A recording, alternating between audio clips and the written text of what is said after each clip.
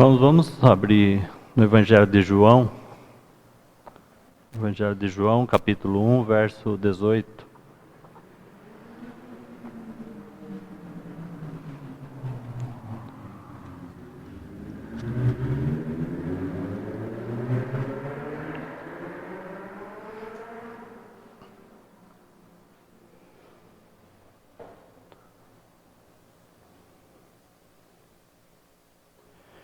Ninguém jamais viu a Deus, o Deus unigênito, que está no seio do Pai, é quem o revelou. Ninguém jamais viu a Deus, o Deus unigênito. Gostaria de destacar essa expressão, que está no seio do Pai. João capítulo 13, no versículo 25. João capítulo 13, verso 25.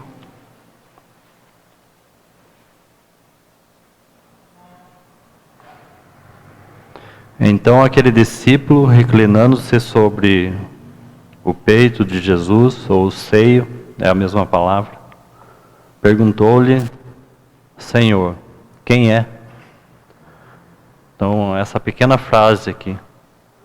Então aquele discípulo, se referindo a João, é o discípulo amado do Senhor, se refere a ele, aquele discípulo reclinando-se sobre o seio de Jesus. Em Colossenses, no capítulo 2 de Colossenses, o versículo 2. Colossenses capítulo 2, o verso 2.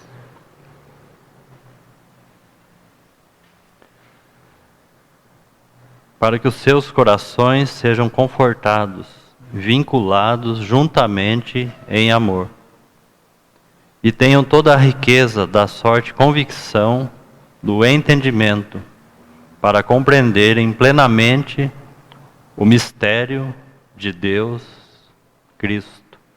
Então observe essa última expressão, o mistério de Deus, Cristo.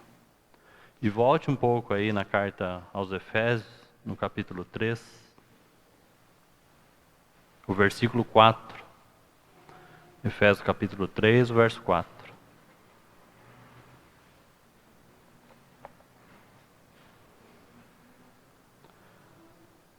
Pelo qual, quando lerdes, podeis compreender o meu discernimento no mistério de Cristo. Então essa última expressão, no mistério de Cristo. Vamos ter uma palavra de oração. Senhor, te damos graças, porque mais uma vez a tua mesa está posta diante de nós. Obrigado porque assim o Senhor reservou esse tempo para a comunhão com o Pai, com seu Filho, através do Espírito Santo.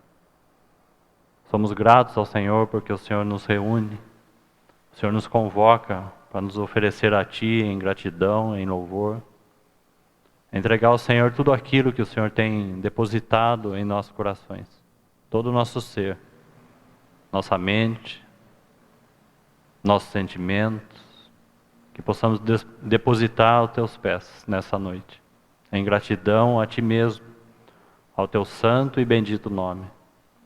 Confiamos, ó Pai, que o Teu Espírito irá assim revelar a pessoa de Cristo aos nossos corações.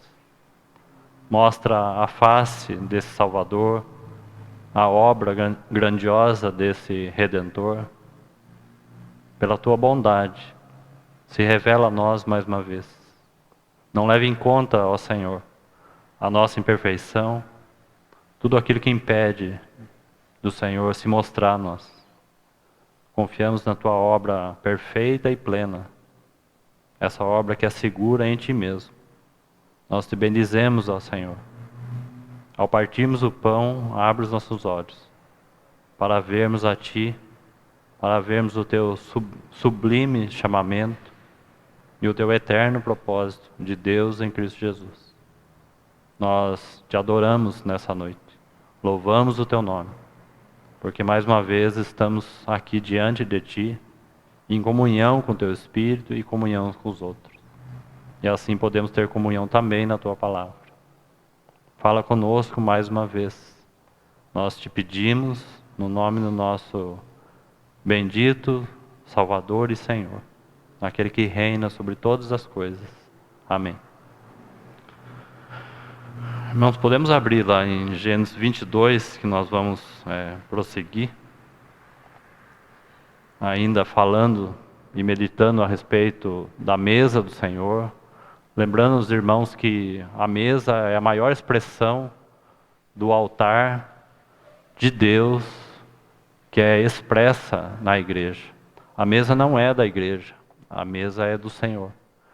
Mas é a maior expressão do altar, do sacrifício, da cruz de Cristo.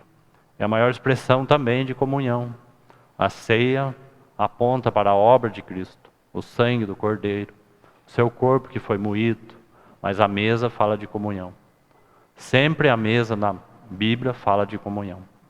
Por isso nós estamos diante da mesa do Senhor, para termos comunhão com o Senhor e também uns com os outros.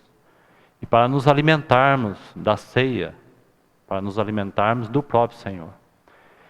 E na medida que vamos fazendo isso, os nossos olhos vão sendo abertos de maneira misteriosa.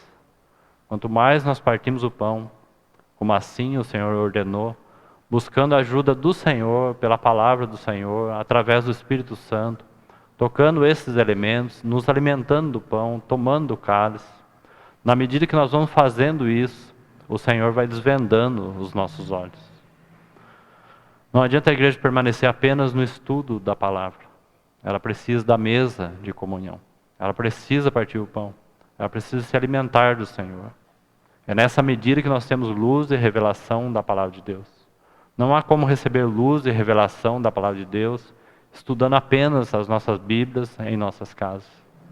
O Senhor deixou sua mesa, esse memorial eterno, para que sempre nós venhamos a fazer lembrança dele mesmo e de tudo aquilo que ele é.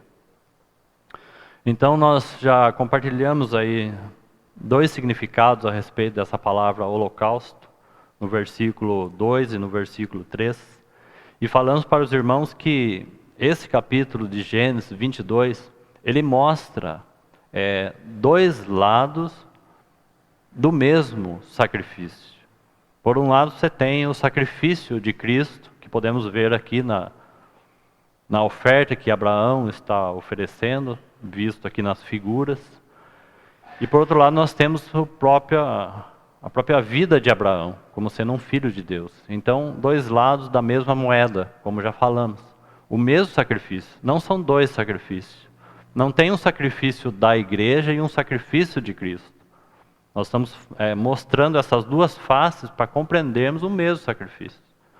Nós não podemos oferecer nenhum holocausto, nenhum sacrifício que não seja por meio do sacrifício, da adoração do próprio Cristo. Nós não podemos oferecer nada que não seja mediante o Cordeiro de Deus. Nada podemos oferecer, e se tentarmos oferecer algo nesse sentido, nada será aceito. Então é o mesmo sacrifício. O que o Senhor espera da igreja como oferta de holocausto é uma entrega a tudo aquilo que Ele já realizou e confiou à sua igreja. Nesses versículos que lemos ali em João e Colossenses, eles falam a mesma coisa. O que João disse ali no capítulo 1, verso 18, e depois no capítulo 13, verso 25, na verdade se completam com essa mesma ideia. 2 sacrifícios, um único sacrifício com 2 faces. O mesmo sacrifício ou as 2 faces da mesma moeda. O que nós temos em João é que esse Filho, o Deus unigênito que é mencionado por João, ele mantém aquela relação com o Pai. Porque ali o Filho repousava no seio do Pai. Falando dessa relação de união. A relação do Filho eterno, do Deus unigênito, se refere ao Filho, repousando no seio do Pai. Essa era a relação e é a relação que teve início na eternidade, e quando o Verbo se fez carne, durou em todo o seu ministério. 33 anos essa relação foi mantida. Jesus repousava sempre no seio do Pai. Só que quando nós vamos para João 13, o verso 25, você tem o outro lado. Porque ali quem repousa agora no seio do Filho é João. E João é o representante da igreja. Agora quem repousa no seio do Filho é João. Está vendo os dois lados? Por um lado o Filho repousa no seio do Pai. Por outro lado, a igreja pode repousar no seio do Filho. Essa é a vida de união da igreja. Nós estamos em Cristo. Estamos unidos nele. Duas faces da mesma moeda. E quando nós consideramos ali Colossenses e Efésios, nós temos de novo essa mesma expressão, duas faces da mesma moeda. Nós temos o mistério de Deus, e esse é bem conhecido por nós. O mistério de Deus, segundo Colossenses, é Cristo. Esse Cristo um dia foi manifestado em carne. Esse é o mistério de Deus, já que mistério é um segredo. Mistério é algo que estava oculto e guardado no coração de Deus. Um segredo foi manifestado na pessoa de Cristo. Graças ao Senhor por isso. Mas a igreja não pode se limitar apenas a essa grande e maior revelação de Deus. Deus se manifestou no seu Filho. Deus revelou o seu coração na face de Cristo. Então o mistério de Deus é Cristo. Só que quando nós vamos para a carta aos Efésios, que fala que é um chamamento para a igreja, ela é chamada à plenitude de Cristo, nós temos o outro lado. E Paulo vai falar a respeito do mistério de Cristo. Não mais o mistério de Deus, plenamente revelado quando o Verbo se fez carne. E quando esse Verbo encarnado foi à cruz. Essa é a manifestação, mistério de Deus, Cristo. Mas Paulo, em Efésios, ele está falando do mistério de Cristo. Então, qual é o mistério de Cristo? Então, esse é o outro lado da moeda, a qual nós precisamos conhecer e perceber, porque nisso está envolvido o nosso chamamento. Então, o mistério de Cristo, na carta aos Efésios, no capítulo 3 mesmo, é a igreja. O mistério de Cristo é a igreja.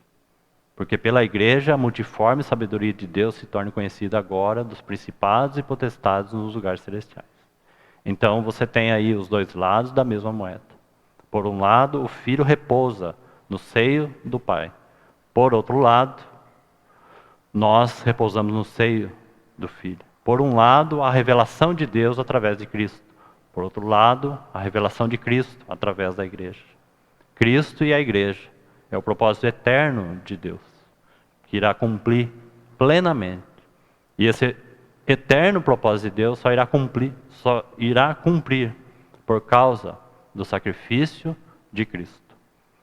E por que nós estamos relembrando aí coisas conhecidas? Por que tomamos esses versos aí que citamos? Por causa de Gênesis 22. Porque aqui nós temos essas duas faces. E o que nós queremos, com a ajuda do Senhor, destacar é compreender de maneira mais clara por que esse sacrifício, em primeiro lugar, é feito de Deus para o próprio Deus.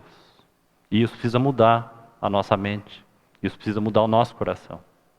E nós vamos compreender o porquê, com a ajuda do Senhor. Então nós vimos aí no versículo 2, vamos ler novamente, à medida que vamos lendo, vamos comentando sobre algumas coisas. Acrescentou Deus, toma, o verso 2, toma teu filho, teu único filho, Isaque, a quem amas, e vai à terra de Moriá e oferece-o ali em holocausto, sobre um dos montes que eu te mostrarei.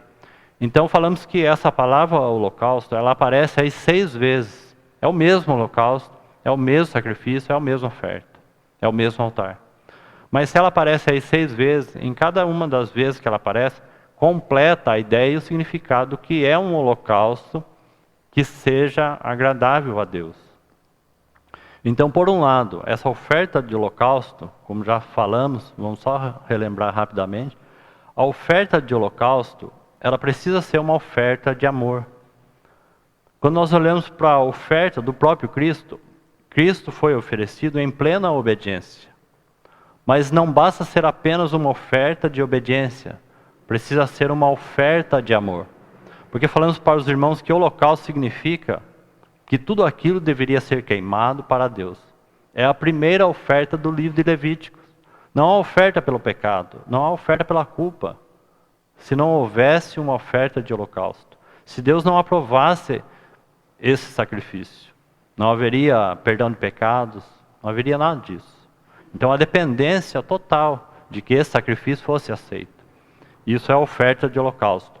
Tudo deve ser queimado para Deus. Isso é verdadeiro com aquilo que Cristo realizou. Ele é o holocausto. Ele é o cordeiro perfeito. Ele é a oferta perfeita.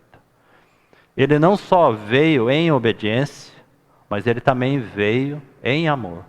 Então não basta para nós, a igreja, oferecer algo ao Senhor apenas, entenda bem, apenas por obediência. Mas deve ser oferecido em obediência e em amor. Então falamos para os irmãos que quanto mais nós amamos o Senhor, então não é margem para viver uma vida de desobediência. Muito pelo contrário. Na verdade é um termômetro. Quanto mais nós amamos ao Senhor, mais nós obedecemos. Quanto mais desobedientes somos, significa que nós amamos pouco o nosso Senhor. Aquele que ama, guarda os seus mandamentos e guarda a sua palavra. Então essas duas verdades andam juntas.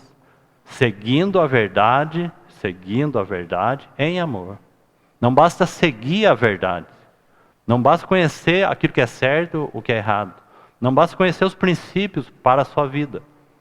É necessário seguir os princípios para a sua vida em amor. Caso contrário, não será um holocausto agradável ao Senhor. Porque foi assim a oferta de Cristo. Uma oferta em amor. Então não adianta queimar as coisas das nossas vidas por queimar. Não adianta entregar nem mesmo aquilo que você mais gosta, se isso não for uma oferta em amor. Verdade em amor. Um holocausto, uma oferta em amor. Sobre isso, eu gostaria que você abrisse um versículo que nós não lemos na outra reunião. Em 1 Coríntios, os irmãos poderiam abrir, por favor.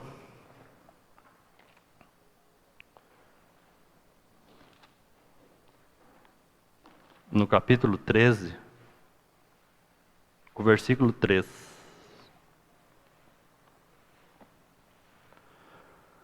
1 Coríntios, capítulo 13, o verso 3 apenas.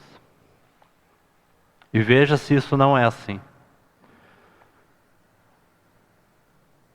E ainda, ele está falando aí de outros itens, depois vocês podem ler com calma, ele está falando a respeito do amor, que esse, na verdade, permanece, a fé não permanece, a esperança não permanece, porque quando estivermos diante do nosso Senhor, não precisaremos mais da fé, atingiremos essa unidade da fé que ainda não temos. A igreja não tem unidade de fé, a igreja tem unidade de espírito, não é? Há um chamamento para que ela atinja essa unidade da fé. Quando nós estivermos diante do Senhor, não precisamos mais da fé. E nem de esperança, porque nós estaremos face a face com a esperança. Não precisamos mais de esperança. Estaremos vendo quem é a esperança. Mas o amor permanece. Então no verso 3 está assim: e ainda, e veja isso com relação à oferta de holocausto, e como foi que o Senhor Jesus ofereceu a sua vida diante de Deus. E ainda que eu distribua todos os meus bens, você viu aí? Como não é suficiente simplesmente queimar tudo aquilo e dizer que é para o Senhor, se aquilo não for de fato em amor. Não adianta queimar apenas. Distribua todos os meus bens entre os pobres, e ainda que entregue, veja isso, o meu próprio corpo para ser queimado, oferta de holocausto. Tudo deveria ser queimado para Deus. Então não é uma questão apenas de nos oferecer a Ele. Precisamos nos oferecer a Ele em amor. Porque foi assim que Ele nos chama. Não é? Ele nos conheceu antes da fundação do mundo. para sermos santo e irrepreensível perante Ele em amor. Não é?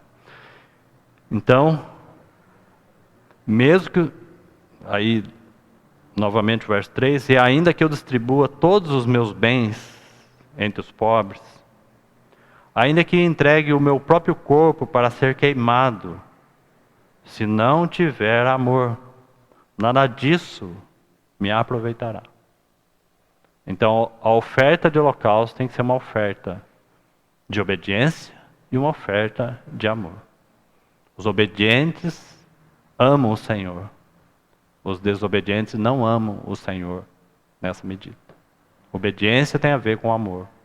Obediência não é uma lei que nos foi dada para cumprir. Então, falamos já sobre isso, apenas destacando esse versículo de Coríntios que ajuda a compreender o primeiro significado, então, de holocausto. O holocausto é uma oferta de amor. Aí, o verso 13, então, seguindo aí. Levantou-se, pois, Abraão de madrugada e, tendo preparado o seu jumento, volte lá em Gênesis 22, Gênesis 22, verso 3.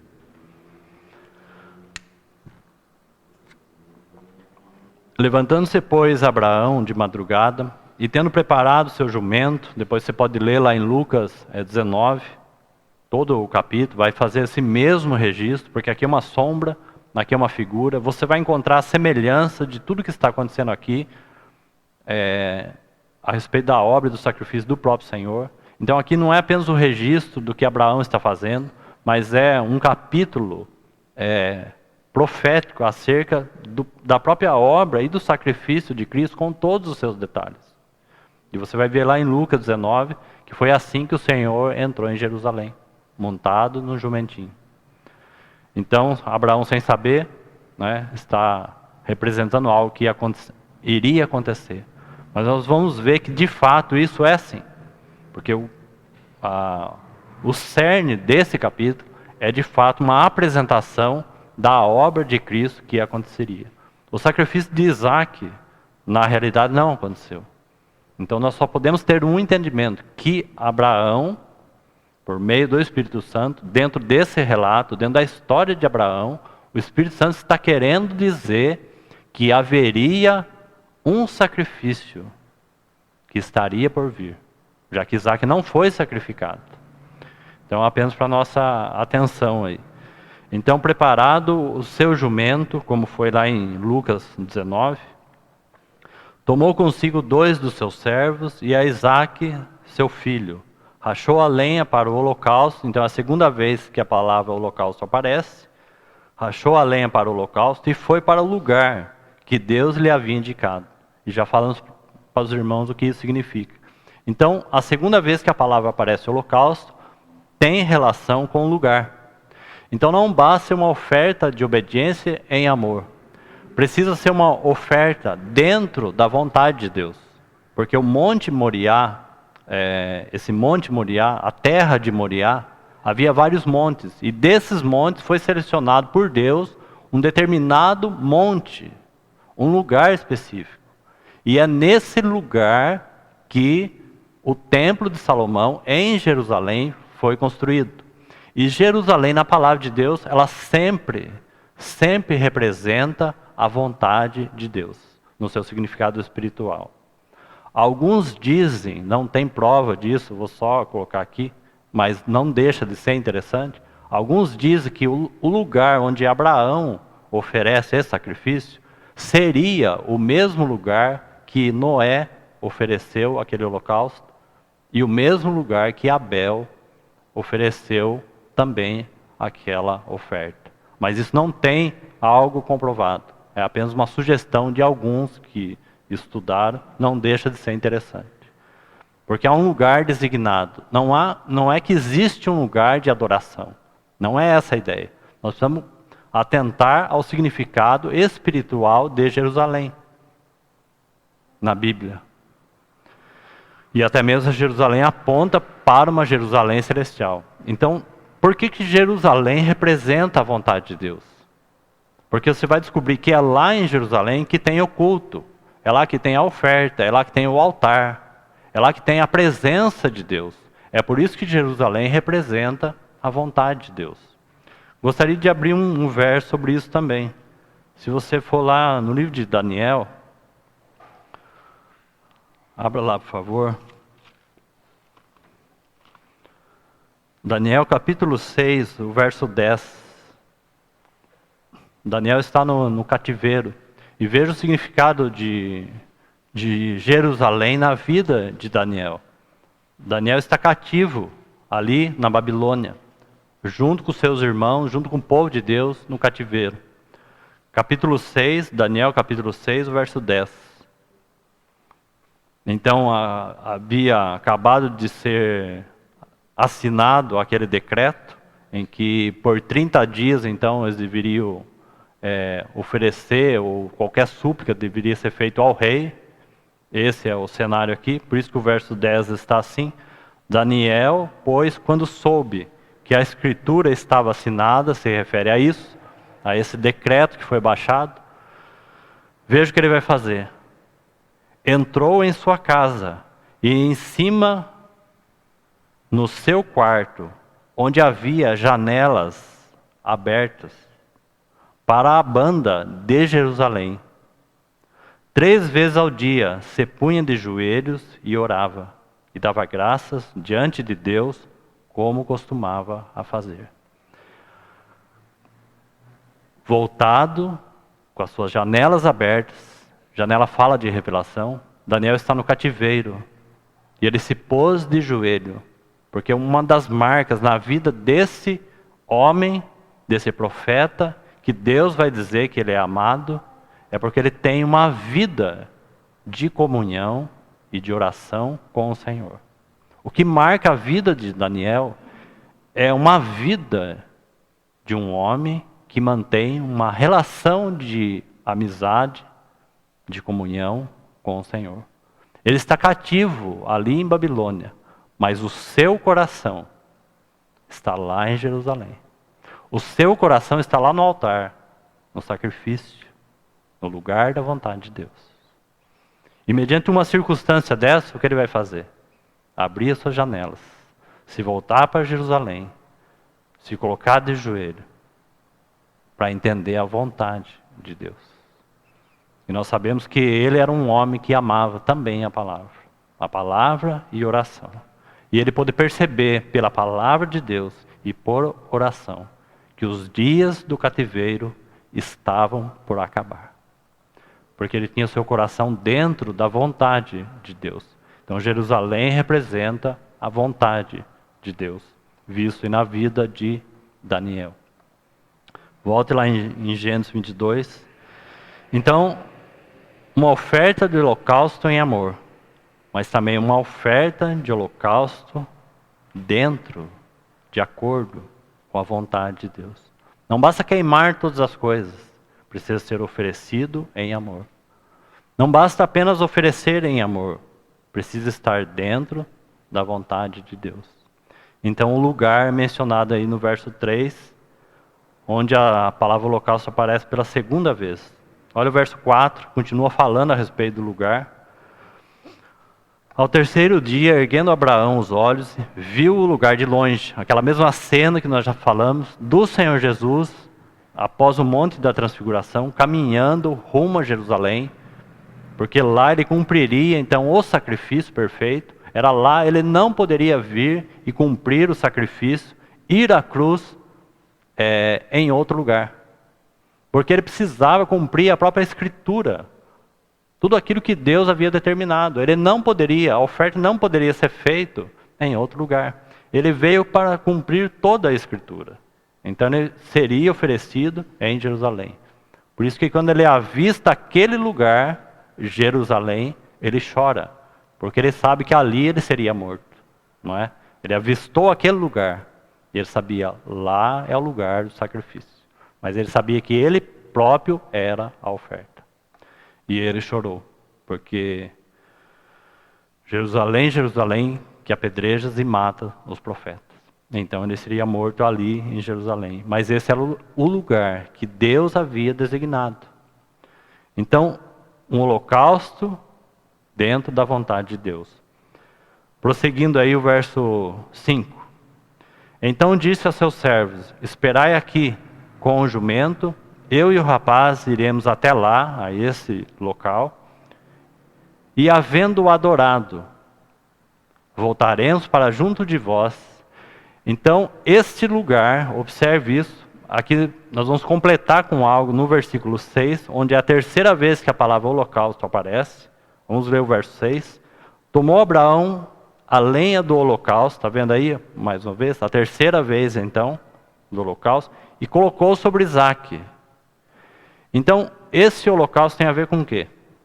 Então, o holocausto como lugar precisa ser visto junto com o holocausto e a cruz. Porque é aqui que a lenha é colocada sobre Isaque. Nós vimos isso, podemos examinar isso se você ler Mateus 27, você vai ter também esse registro. E aqui há dois aspectos com relação à cruz. Então, o holocausto, a terceira vez que ele aparece aí, a palavra holocausto, tem a ver com a cruz. Porque o Senhor levou a cruz. Então, o holocausto e a cruz. Então, para que haja, veja isso, para que haja uma verdadeira adoração, e o seu significado, já que a adoração é a primeira vez que aparece na Bíblia, então não basta ser um holocausto qualquer. Precisa ser um holocausto dentro da vontade de Deus. Não existe adoração, irmãos, fora da vontade de Deus. E não há adoração sem a cruz. Qualquer coisa que fugir disso não é adoração. E o Senhor seguiu exatamente esse caminho. Por isso que a oferta dele é uma oferta de adoração ao Pai. É por isso que ele canta louvores no meio da congregação.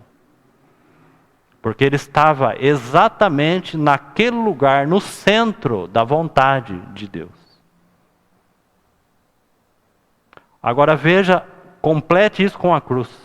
Já que a terceira vez tem a ver com a cruz.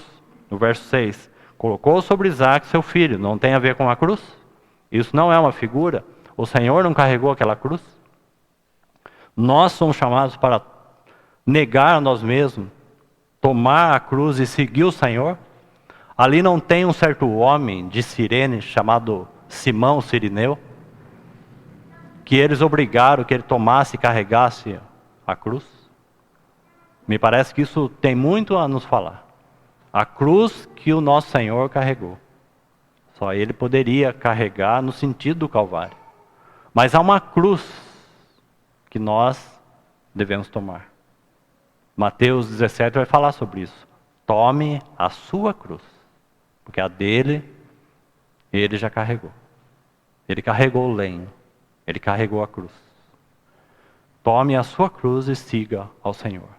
Mas agora vamos completar então aí esse verso. Ele, porém, levava nas mãos o fogo e o cutelo. Assim caminhavam ambos juntos. É a primeira vez que a expressão aparece aí, falando de união. O pai e o filho caminhavam ambos juntos. Porque essa foi a vida do pai. Lembra-se? O filho repousa no seio do pai. Vida de união. Vida de comunhão. Vida de satisfação e deleite. Essa foi a vida do próprio Senhor Jesus na eternidade e no tempo, quando ele esteve como homem. Agora una essa expressão de holocausto e a cruz com o lugar onde representa a vontade de Deus. A cruz, escute com atenção, porque depois ele vai falar do cordeiro. A quarta vez onde a palavra holocausto aparece é a relação do cordeiro. A cruz, ela está exatamente no centro do coração de Deus. Então você precisa fazer a relação dessas duas expressões. Então por isso que não há adoração fora da vontade de Deus. Não há adoração fora da cruz. Porque a cruz ocupa um lugar central no coração de Deus. Já que aquele monte representa, então, Jerusalém, o lugar da vontade de Deus. Então onde está a cruz? Antes dela ser uma cruz histórica. Aonde está a cruz? Entende, irmãos? A cruz está no centro da vontade de Deus. Ela se manifestou depois.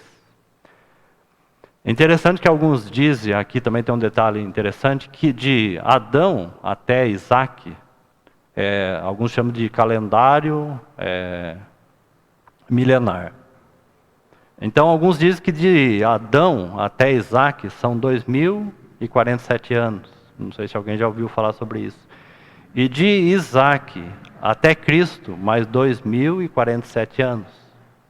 É interessante o tempo porque faz sentido, pensando em tempo profético. Não que elas são precisas, é um estudo que alguém fez, que não deixa de ser interessante. De Cristo até nós, mais de 2000 anos. Louvado seja o Senhor por isso. Se assim nós estamos no 7º ano, de acordo com as igrejas do Apocalipse, e tratar elas como tempos proféticos, de fato, o Senhor está muito próximo. Porque estaríamos aí cumprindo a esse 7º ano ou 7.000 anos. Né? Então não deixe de ser apenas também algo interessante. Mas o mais importante é que a cruz ocupa um lugar dentro do coração de Deus. Então, caminhavam ambos juntos. Então o holocausto e a cruz é a terceira expressão aí que aparece. E fala dessa união, que é a primeira vez que aparece. Uma vez, eu estava passando num lugar, numa comunidade, tinha uma cruz, e eu não vou esquecer isso, já faz bastante tempo, faz pelo menos acho que uns 10 anos, 10, 11 anos para mais, e eu nunca vou esquecer, e quando eu li esse texto, eu lembrei disso de novo. E na cruz, uma cruz simples de madeira, estava escrito assim: unidos em Cristo. Porque a cruz fala de união. Fora disso não haverá nenhuma aceitação e nenhuma adoração. Porque a cruz ocupa, então, esse lugar central no coração de Deus. Então a cruz ocupa um lugar central no propósito eterno de Deus. E caminhavam ambos juntos. Então cruz fala de união. Juntamente com, foi o texto de Colossenses, juntamente com Ele em amor. Prosseguindo aí o verso 7. Então essa é a terceira vez. O holocausto e a cruz. O verso 7. Quando Isaac disse a Abraão, seu pai, meu pai, respondeu Abraão, eis-me aqui meu filho. Perguntou-lhe Isaac, eis o fogo e a lenha, mas onde está o cordeiro para o holocausto? Então é a quarta vez que a palavra holocausto aparece aqui. Então qual é a relação dessa palavra agora aqui? O holocausto e o cordeiro. E o que isso significa? Significa muita coisa. Nós vamos poder ficar aqui examinando apenas esse ponto. Significa que nenhum holocausto será aceito a não ser por meio do cordeiro.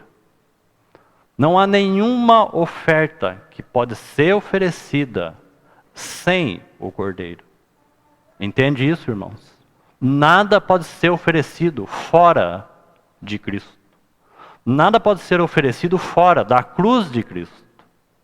Nada pode ser oferecido à parte do Cordeiro de Deus que tira o pecado do mundo. O holocausto e não é um. É aquele Cordeiro. Não é esse Cordeiro. Não é Isaac. Não adiantaria Isaac morrer. Não adiantaria nada ser oferecido. Não adiantaria nenhum de nós oferecer nada.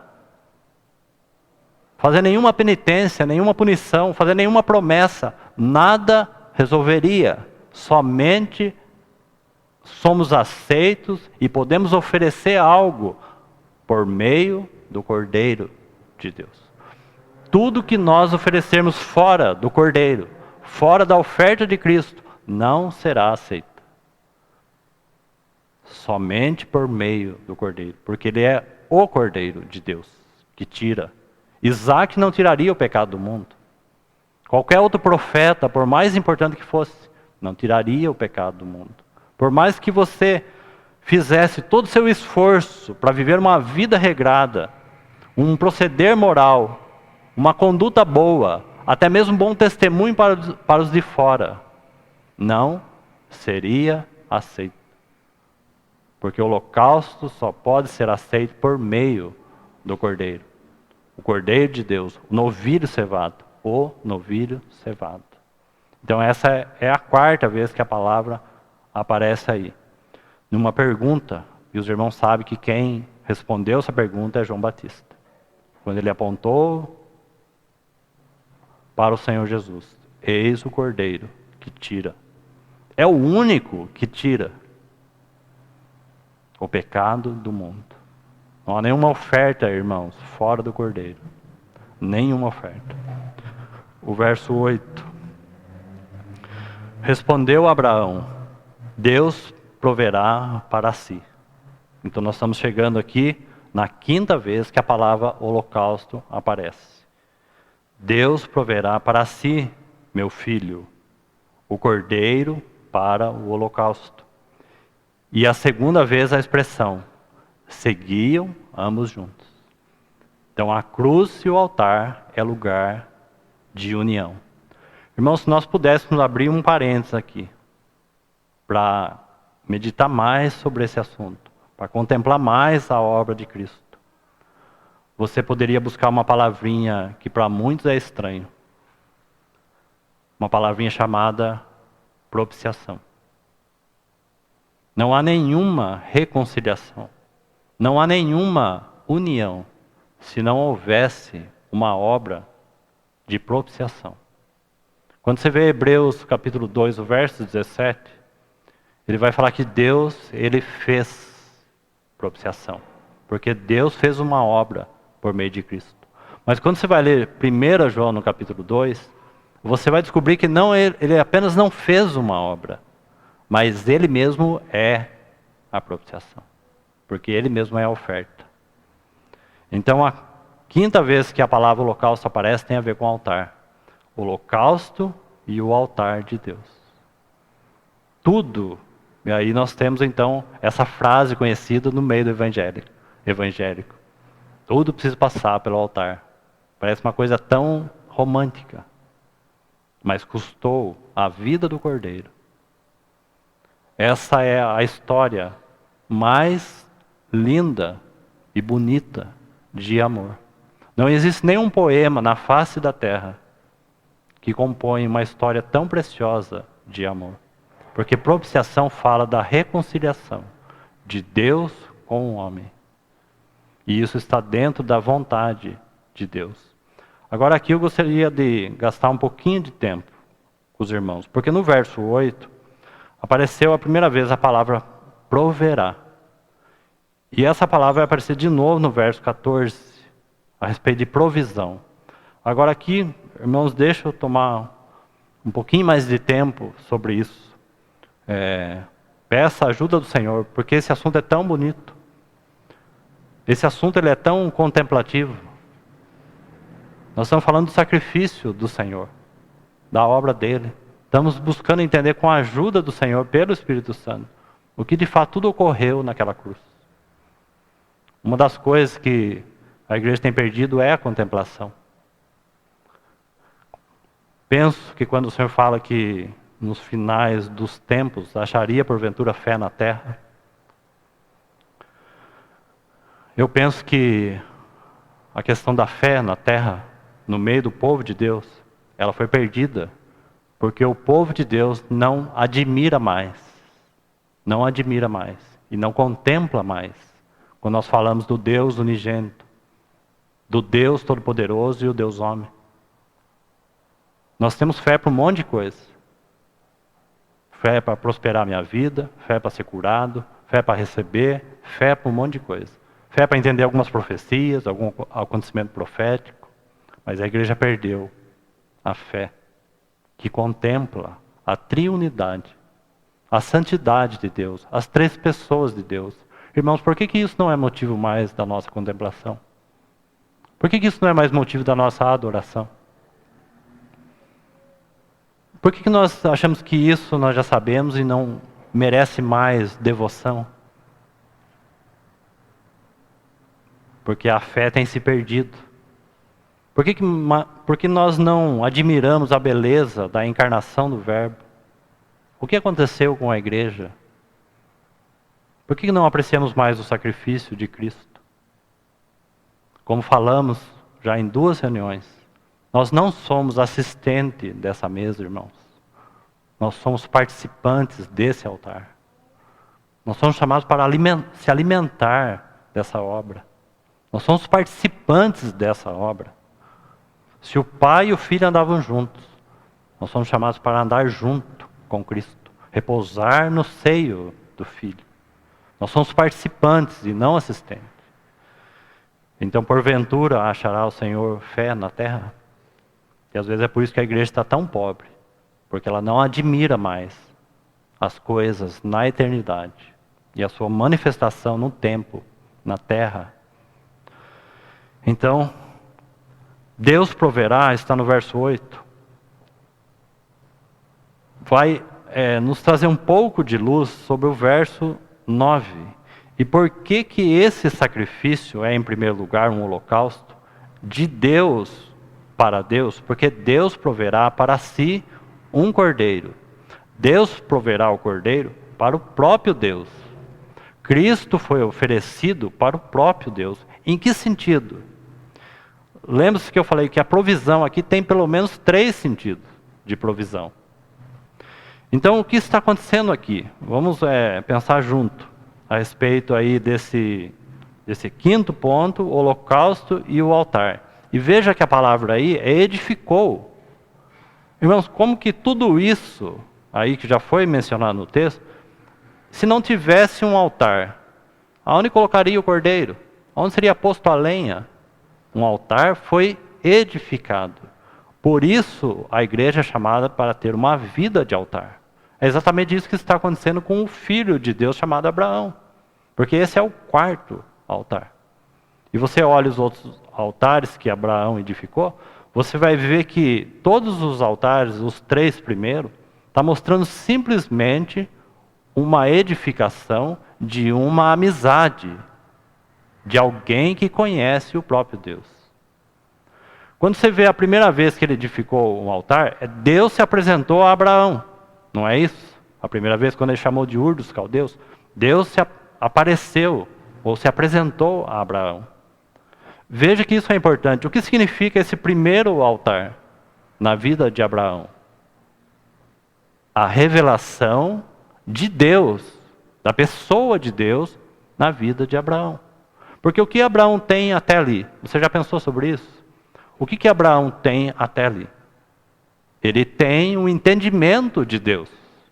Tá certo? O que Abraão tem até ali, até esse chamamento? Ele tem entendimento de Deus. Não tem? Se você olha a vida de Abraão, você vai descobrir que ele tem. Por que ele tem um entendimento de Deus? O que ele tem de base, já falamos isso aqui várias vezes. O que ele tem de base para ter um entendimento sobre Deus?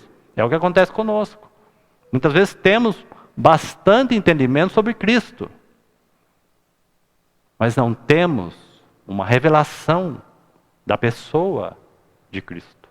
Não desenvolvemos uma amizade pessoal com o nosso Cristo. Desenvolvemos um entendimento sobre o Cristo e sobre Deus. Então o que Abraão tem? Abraão tem o conhecimento de Deus de que maneira? Ele tem isso lá em Adão, na vida de Adão. Ele tem um conhecimento de Deus. Deus proveu uma vestimenta para Adão. O que mais ele tem de conhecimento? Ele tem conhecimento que Abel ofereceu um sacrifício daquilo que era melhor do seu rebanho. E o que aconteceu? Deus se agradou daquele sacrifício. Abraão sabe tudo isso. Então ele sabe que tem um Deus que provê algo para o homem, mesmo que ele desobedeça. Graça. Mas ele também viu que tem algo que o homem oferece como primazia e Deus se agradou. Aquela gordura foi queimada daquele melhor do rebanho ali de Abel e o Senhor se agradou daquela oferta. E o que mais ele tem para aprender? Talvez ele também sabe sobre a vida de Enoque, que Enoque andou com Deus. O que mais Abraão sabe sobre Deus? Ele sabe que Noé separou aquelas aves limpas para oferecer o quê? Um holocausto. É a primeira vez que a palavra aparece ali. Isso é o que Abraão conhece e tem de entendimento sobre Deus. Mas o que falta então para Abraão? A revelação desse Deus pessoal. Para que ele desenvolvesse a partir do primeiro altar uma vida relacional com Deus. E compreendesse então a mente e a vontade de Deus. Porque nessa primeira vez ali em Siquém, onde é o primeiro altar edificado, Deus já mostra a Abraão não apenas a pessoa de Deus, se apresenta a Abraão, mas junto com a pessoa de Deus, o que você tem? A promessa, não é? No momento em que Deus se revela a Abraão, junto disso você tem a vontade, a promessa de Deus. Em outras palavras, você tem o propósito eterno de Deus, porque a promessa fala desse propósito. Então esse é o primeiro altar. Então Abraão conheceu por revelação esse Deus que ele entendia que existia.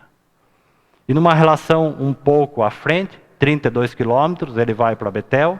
Betel significa casa de Deus, onde ele edifica o segundo altar. Agora, nesse segundo altar, essa relação com Deus já avançou.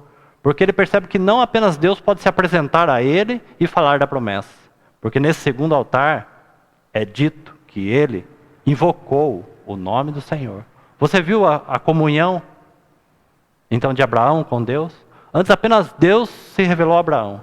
Mas agora ele percebe que na casa de Deus, ele pode manter uma relação com Deus. E ele invocou a Deus. E no terceiro altar, então, quando ele está agora em Hebrom, e você sabe o que significa Hebrom? Vida de união. Vida de comunhão. De maneira bem simples. 3 passos, 3 altares. Uma vida de altar. Isso serve para nós avaliarmos a nossa relação com o nosso Senhor. Uma vida de altar nos leva a uma comunhão mais profunda com a pessoa do nosso Senhor. Então Hebrom significa vida de união. E aqui você tem o quarto altar na vida de Abraão. Então o que está claro para Abraão? Então vamos aí ao ponto que significa essa questão do altar. Eu gostaria que os irmãos abrissem um texto em Esdras, antes de eu comentar algo.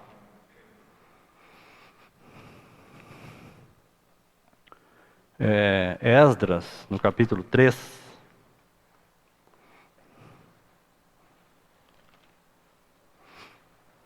E aí se eu estender um pouco aqui, irmãos, algum irmão pode preparar a mesa, deixar certo. Porque eu não queria que esse assunto ficasse mais uma vez pela metade. Porque se nós acabarmos pela metade, nós perderemos a beleza desse capítulo. Então, use, irmãos, desse tempo para a sua adoração, para a sua meditação. Nós estamos falando a respeito do altar de Deus, do sacrifício, desses elementos que estão aí. Use isso para a sua adoração, para a sua contemplação do nosso Senhor. Use esse tempo, porque nós estamos focando exatamente nisso. No capítulo 3, aí, de Esdras, então aqui o contexto é qual? Quando eu citei Daniel dentro do cativeiro. O fato que Daniel conhecia o Senhor e estava certo. Ele conhecia as passagens de Jeremias. E mediante os seus joelhos dobrados, o seu coração posto em Jerusalém, ele percebeu que o fim do cativeiro chegaria. E os dias seriam cumpridos de 70 anos. E o que aconteceu? 70 anos se cumpriu. Nem mais, nem menos. E aquele povo sai do cativeiro na sua primeira leva. Não basta entender a palavra. Precisamos ter um coração voltado ao Senhor para sabermos o que resta nesses últimos dias. Será que a igreja sabe o que resta nesses últimos dias? Então veja aí o verso 1, a partir do verso 1. Em chegando o 7º mês, e estando os filhos de Israel já nas cidades, ajuntou-se, veja essa expressão, ajuntou-se o povo como um só homem, que está falando de uma expressão corporativa, coletiva. Ajuntou-se o povo como um só homem, aonde? Em Jerusalém. Jerusalém significa a vontade de Deus. Levantou-se Jesua, filho de Josadaque, e os seus irmãos sacerdotes, e Zorobabel, já que é a primeira partida aí, a primeira leva de cativo, conduzido por Zorobabel, filho de Saltiel e seus irmãos. Agora, veja, escute isso. E edificaram, viu? Esse é a quinta vez que a palavra holocausto aparece ali. Então Abraão edificou um altar.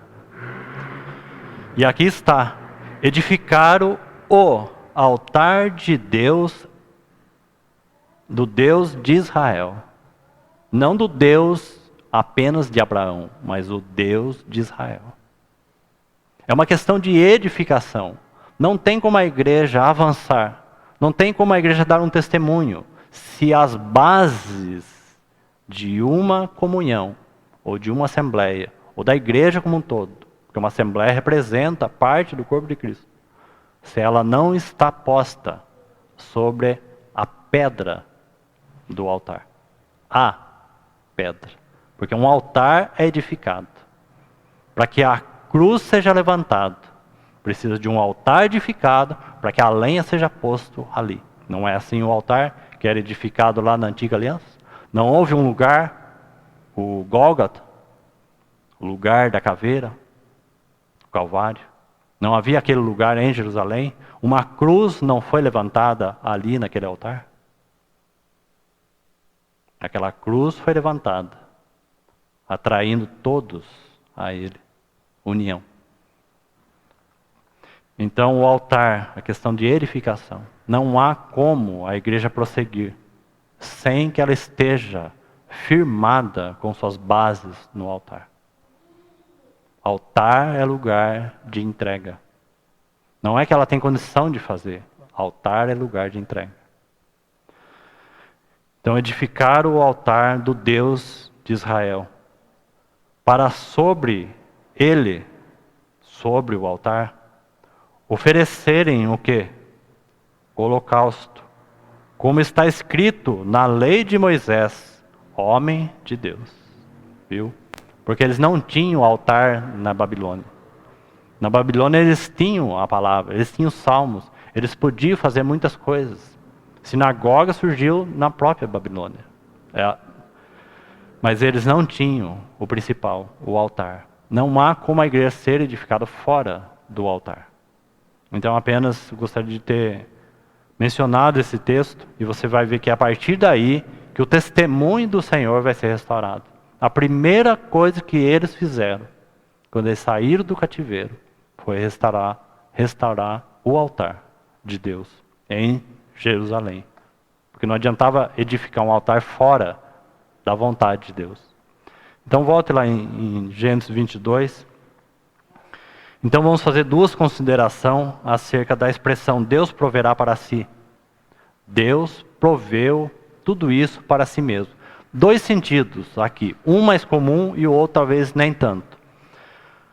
Quando nós olhamos para Abraão nessa condição, o que nós podemos pensar com relação a Abraão oferecendo o seu filho?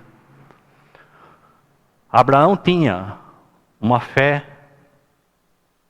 tão pura diante do Senhor, por causa daqueles 3 primeiros altares, ele desenvolveu uma vida com Deus, ele andou na presença de Deus, por isso que ele se tornou perfeito, não é? E ele continuou na presença de Deus, quando aquele Senhor, aquele anjo apareceu ali, e aqueles 2 homens foram lá para Sodoma, e um permaneceu, e ali tem um registro dizendo assim, Abraão continuou na presença de Deus. Então, Abraão desenvolveu uma tal fé, por causa dessa vida de comunhão, que por um lado, e esse é o lado mais conhecido, que Abraão tinha a plena convicção de que se Isaac fosse morto, Deus é poderoso para ressuscitar seu filho Isaac. Não é? Esse é o pensamento mais comum e é verdadeiro. Esse é o Salmo 23. O nosso Senhor ressurreto. Agora aqui isso não se cumpriu, porque Isaac não morreu. Então essa necessidade, Abraão tinha essa confiança de fé, que se o Senhor sacrificasse o seu filho, ele era poderoso para ressuscitar o seu filho. Mas Isaac não morreu. Então é claro, é óbvio que Abraão está vendo um sacrifício que viria, tá certo? Isaac não foi sacrificado. Pelos olhos da fé, ele entendeu que haveria um filho, o cordeiro do holocausto, e esse não seria poupado à vida. Mas ele também sabia que esse que não seria poupado à vida, ele ressuscitou. Então ele sabia da morte de um filho que realmente morreria, mas ele sabia também que esse Deus era poderoso para ressuscitar o seu filho. E é exatamente isso que aconteceu. Esse filho veio e ele foi morto, ele foi sacrificado. Ele não foi poupado, ele foi sacrificado. Mas, pelo poder de Deus, mediante o Espírito, Deus o ressuscitou. E ele ocupou seu trono de glória e de honra. Então Abraão viu isso pela fé. Esse é um lado. Agora, qual é o outro lado que tem a ver com essa provisão de Deus para si mesmo? Então aqui entra a promessa de Deus. Seguindo a mesma linha de pensamento. Por que Deus proveu um cordeiro para si mesmo? Esse é o primeiro aspecto da provisão. Porque tem no coração de Deus um eterno propósito. Tem no coração de Deus uma promessa. E essa promessa foi confiada a Abraão. Então qual é o outro aspecto da fé de Abraão? Ele está falando que esse Deus está oferecendo. No caso de Isaac também não foi oferecido. Mas o Isaac seria o herdeiro da promessa. Não é? Ele falou que através de Isaac seria a maneira que Deus cumpriria a promessa. Então como que Deus me dá uma promessa de multiplicação e agora ele está pedindo o próprio filho? Então escute com bastante atenção. Por que é proverá para si? Abraão entendeu. E Isaac não foi sacrificado. Então Abraão está de novo olhando para aquilo que aconteceria. Irmãos, não há maneira nenhuma da promessa de Deus, do propósito de Deus ser cumprido, a não ser que o cordeiro fosse morto.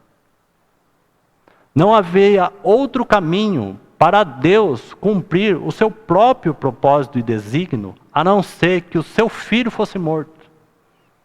Esse é o outro aspecto. E isso aconteceu quando Cristo veio e ele veio para morrer. Por isso que quando ele vem, ele olha para a promessa. E ele cumpre, e ele provê para o próprio Deus o meio de realizar e cumprir a promessa de Deus. Por isso que Deus proverá para si. O cordeiro precisava morrer. Não apenas para ele ressuscitar. Não apenas para ele dar sua vida por nós. Tudo isso é verdadeiro. Esse é outro aspecto de provisão. Mas em primeiro lugar, esse é o meio de Deus cumprir a promessa. Porque Isaac não foi sacrificado. Abra um texto em Hebreus, por favor.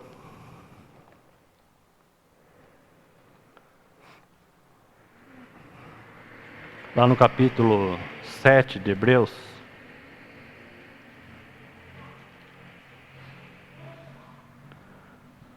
Capítulo 6, o verso 13. Hebreus capítulo 6, verso 13. Está assim.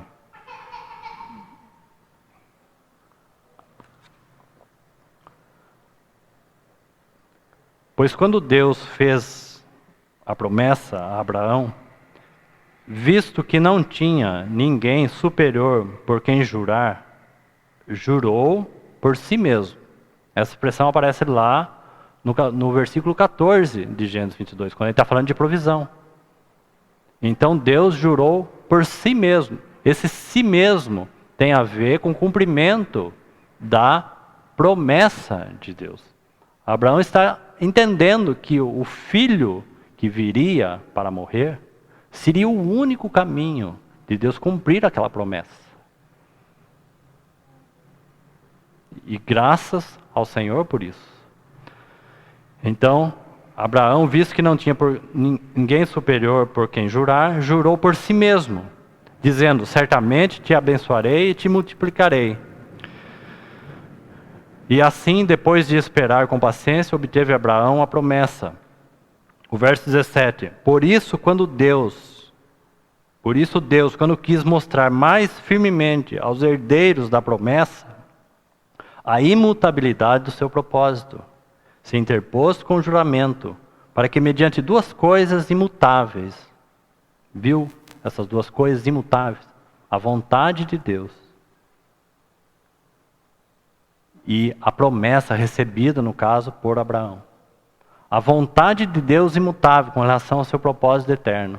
Deus sacrificaria o seu único filho para cumprimento da sua vontade, dele mesmo, para que nós pudéssemos ser abençoados com essa promessa. Então aí entra a nossa história. Ele nos escolheu. Ele está falando de um povo. Ele nos escolheu nele antes da fundação do mundo. Porque qual é o alvo da vida de Abraão?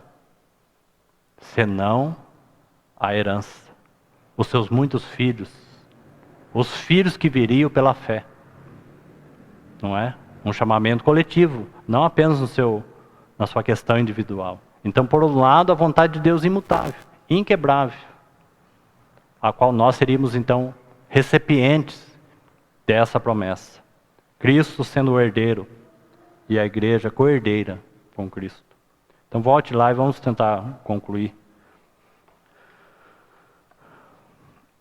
Então, esses dois sentidos aí, do holocausto e o altar, de maneira bem resumida. Então guarde esses dois lados, não apenas a fé de Abraão com relação que Deus poderia ressuscitar o seu filho, mas vai além.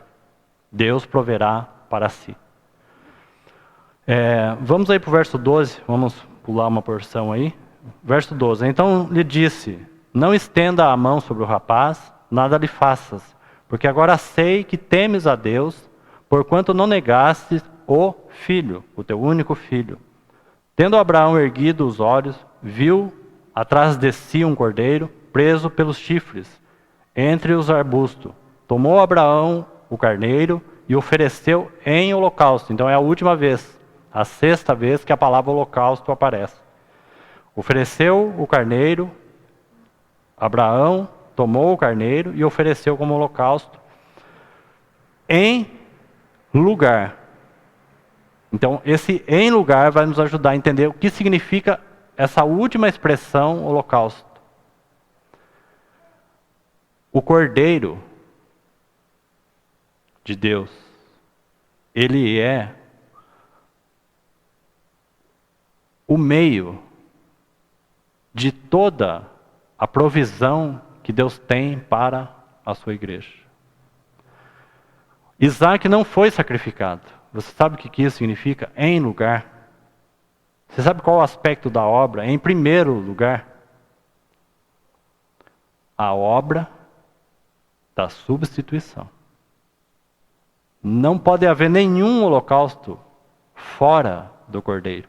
Nada poderia ser oferecido se não houvesse um único cordeiro aprovado em lugar de Isaac. Em lugar, um substituto. Nada poderia ser oferecido pela igreja se não houvesse um substituto legal diante de Deus, justo, cumpridor de toda a lei. Não haveria nenhuma oferta a se oferecer. Irmãos, não haveria vida de união. Nenhum de nós seria participantes da mesa. Nenhum de nós participaríamos da sua vida. Nenhum de nós nasceríamos de novo se não houvesse um cordeiro sendo substituído. Um cordeiro legal sendo oferecido em lugar. Então o holocausto e a obra da substituição. Se ele não fosse o substituto legal diante de Deus, nada poderia ser feito. Então a partir daí, nós temos não apenas uma obra que cobre os pecados, mas porque ele foi o substituto a uma obra que remove pecado. Eis o Cordeiro de Deus que tira o pecado. Mas primeiro ele encobriu. Por isso que eu falei para os irmãos meditarem sobre propiciação, porque o sangue está aí. O sangue foi aspergido sobre nós. E houve um substituto legal, o Cordeiro. Então nós fomos cobertos com o sangue. Então esse é o começo de algo que ele faria. Agora nós somos mais do que cobertos. Nós somos participantes da sua vida.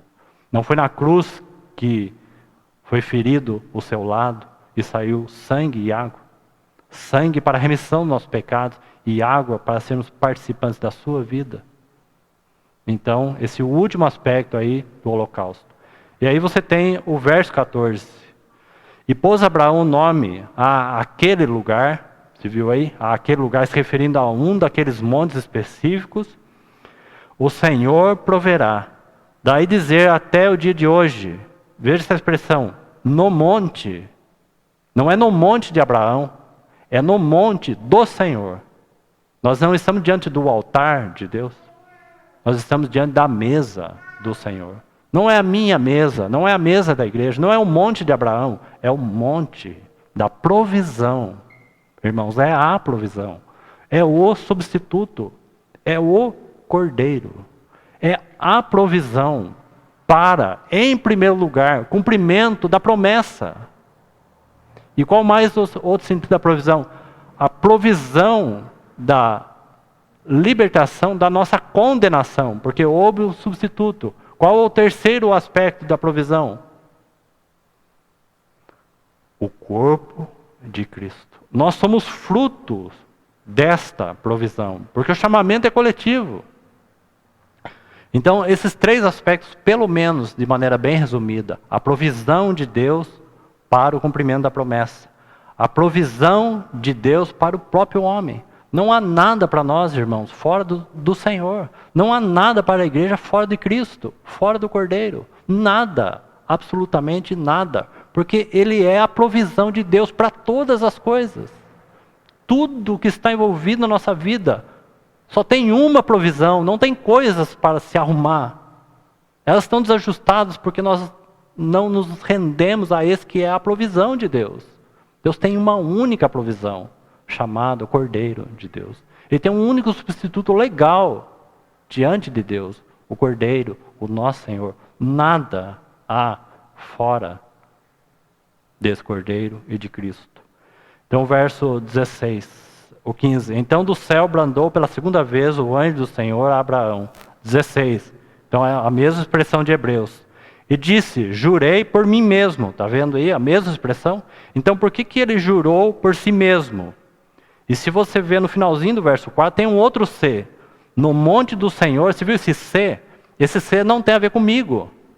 Esse C tem a ver com Deus proverá para si. Você precisa montar o quadro do texto. Esse C, Deus proverá para si mesmo. Deus jurou por si mesmo, porque não tinha ninguém para jurar. Só tinha um filho para ele cumprir a promessa. Então esse ser tem a ver com ele mesmo. Se proverá. Não é que no monte do Senhor tem um monte de provisão para nós. É que no monte do Senhor tem uma provisão. Se proverá. Então completa a ideia de Deus proverá para si mesmo. Aí o verso 16, então, disse, jurei por mim mesmo, diz o Senhor, porquanto fizesse isso e não negaste, essa expressão 3 vezes aparece aí, não negaste o teu único filho. Então aqui vem a promessa. O 17 é a promessa, é a bênção de Deus, é a questão coletiva, é o povo de Israel. É por isso que Abraão está passando por tudo isso. Isaac não veria para o próprio benefício de Adão. Cristo não veio para satisfazer a nós mesmos como indivíduos, mas ele veio para viver essa vida de união, como João estava no seio do Filho. Ele veio para a sua igreja. Ele veio para o cumprimento daquilo que estava antes da fundação do mundo. Então, e deveras, o verso 17, e deveras te abençoarei, e certamente multiplicarei a tua descendência como as estrelas do céu E como a areia da praia do mar, as duas alianças, a terrena e a celestial, tem a ver com isso. Nós somos filhos de Abraão pela fé, não é? A tua descendência possuirá a cidade dos teus inimigos. Verso 18. Nela serão benditas todas as nações da terra, porquanto obedeceste a minha voz. Essa é a vida de Abraão. O verso 19, e nós vamos concluir com esse verso. Um lindo verso, que nós precisamos de muito mais tempo, é claro, mas eu não quero deixar pela metade esse assunto, e nós vamos concluir com esse último verso. Então veja, então voltou. Você viu que essa expressão, ela apareceu no verso 5. Depois que eles adoraram ao Senhor, depois que o nosso Senhor foi à cruz, ofereceu como adoração, a expressão no verso 5 é assim: voltaremos para junto de vós. Depois você vai ler João 14 e você vai descobrir de onde é essa expressão. Ele foi à cruz. Mas o que ele falou em João 14? Eu irei e voltarei para vós outros. Ele está falando do Espírito que viria. Ele está falando do cumprimento da promessa. Tendo recebido do Pai o Espírito da promessa, derramou isso que vedes e ouvis. Até aqui nós temos um Deus que habitava de tenda em tenda, não é?